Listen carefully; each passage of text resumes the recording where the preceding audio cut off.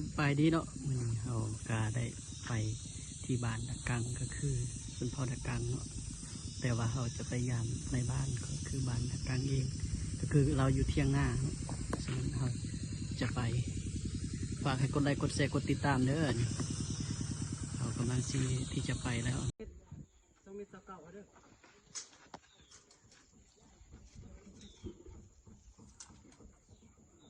รักนี่เลยมาต้องมีเก่ามันคือจักจริงเกิดระดับระดับมุ้ย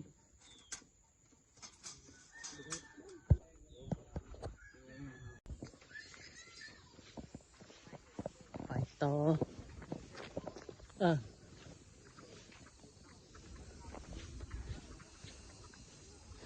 มันจะสั้นนิดนึง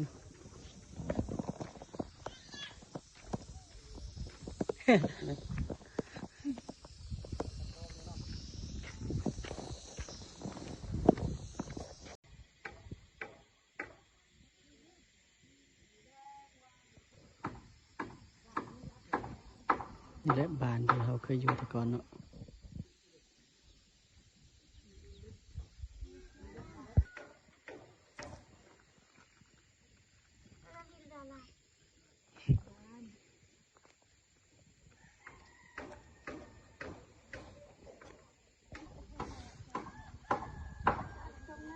โอ้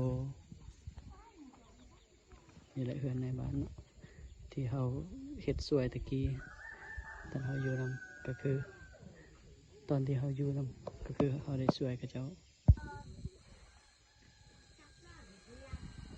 ตอนเราอยู่เราได้เฮ็ดเบิดหลังนึงเดี๋ยวนี้พัฒนาเติบและบ้านกับเจ้า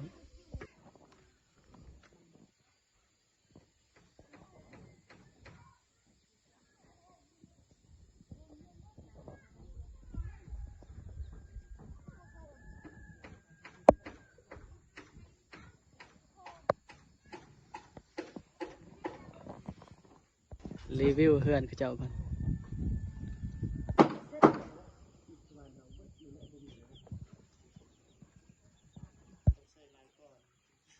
เลยนะทำงานเป็นกรรมกรนะใช่ไหม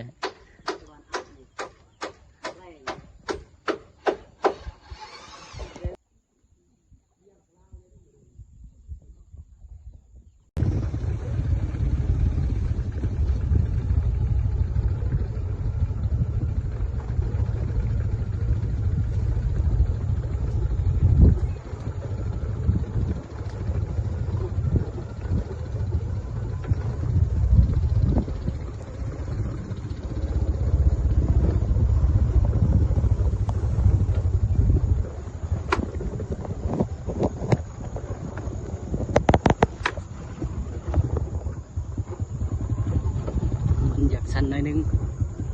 เพราะว่าทางมันยาก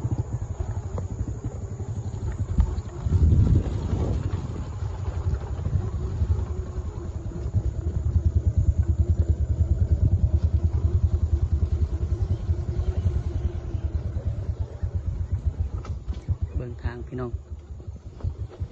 โอ้ยโคตร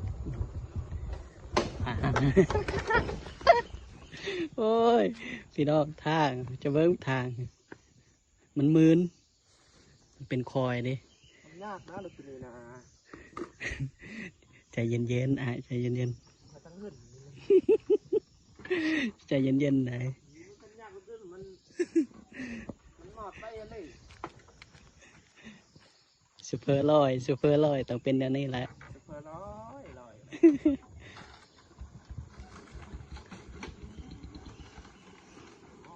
เบิ่งทางแล้วพี่น้องเอ้ยมันหมดไป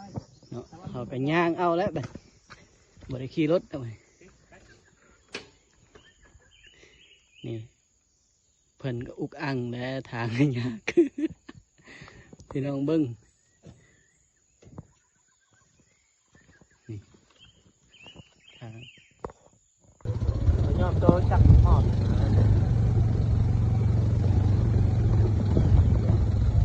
สนุก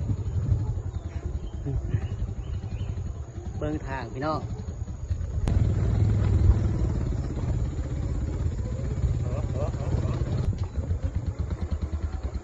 เ พี่น้องเบิ้งให้ท่านผู้ชมเบิ้งเนาะทางก็ดีถ้าตกนี่ก็แล้วเลยเด้ มึงจะพูดมีเบอร์เปล่า เบอร์ก็บ่ติดเด้อสัญญาณบ่มีต้องเข้าโทรถึงใดเข้าโทรบ่ได้เข้าโทรหาเฮาได้เพราะว่าเขาไปซอกสัญญาณแต่ว่าภาค FC ติดตามแล้วก็กดไลค์กดแชร์เนาะพวกเฮาก็ไป เพื่อให้กำลังใจ ตาม แน่ ภูฟ้าป่าดงเนาะพี่น้องเบิ่งเส้นทางนั่นแหละไปตามป่าตามดงอยากให้ท่านผู้ชมได้เบิ่งได้เห็นนะว่ามันสิยากส่ำใดมันสิสบายส่ำใดเนาะ ค่าอยู่ว่า จังใดก็ฝากกดไลค์กดแชร์กดติดตามได้เด้อให้กำลังใจเดินทางกับมื่นนี่นี่เห็นบ่เห็นบ่นี่เห็นบ่พี่น้องเห็นบ่ มอดไว้ดีจ้ะ เรื่องหมอดจักวันธรรมดาแต่ว่ามื่นทางหันตี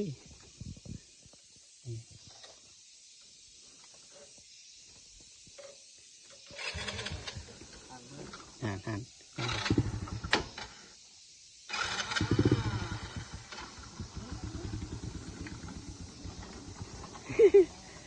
ดีๆเด้อเวลาลงเนี่ยมันจะง่ายอยู่แล้วแต่เวลาขึ้นนั่นตี พวกนี้มันถูกเลย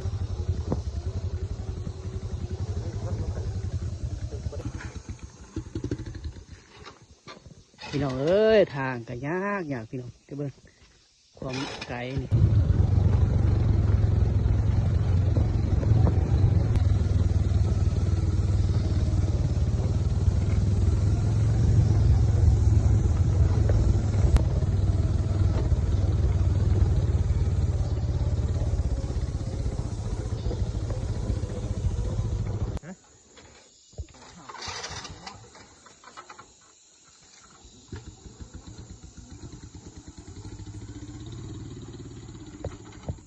ตอนนี้ขึ้นตลอดเลย แต่ว่าเวลาเมื่อแต่เวลาไปก็ลง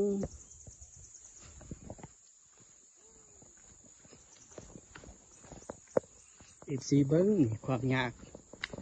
แต่เวลากลับนี่จะหน่อยมีแต่ยูเอาแหละ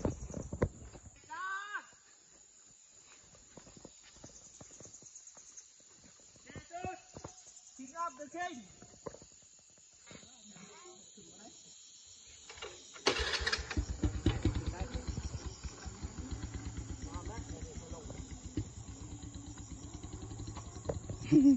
สีแหลจม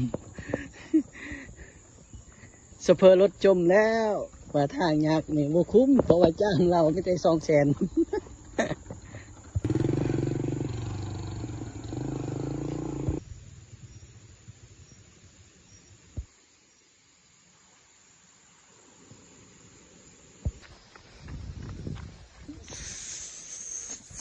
แล่นพี่น้องแล่น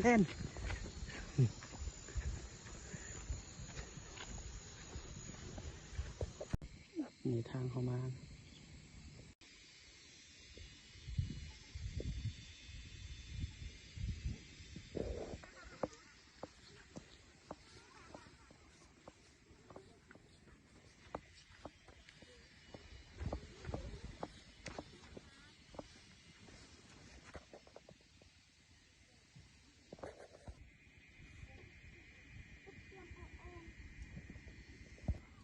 จะไปชื่อค่อยบ่